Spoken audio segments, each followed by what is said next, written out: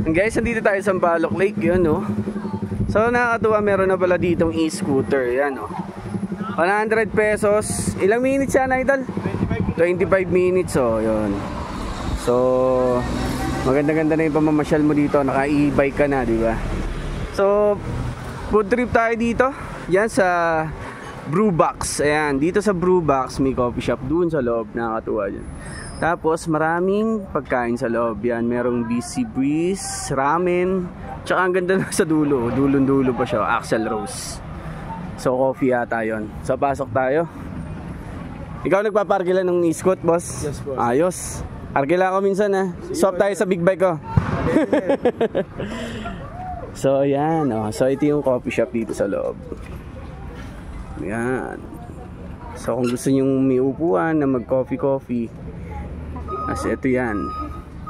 Ayan, merong iba ditong kainan. BC Breeze, ramen. Tsaka yun, yung nasa dulo ng Axel Rose. So, may mga upuan sila dito. So, kung gusto nyo medyo hindi kita, yan sa lake. Ayan. So, pupo kayo dyan. So, food trip tayo. Tingnan natin kung ano makakain dito. Sampaloc Lake.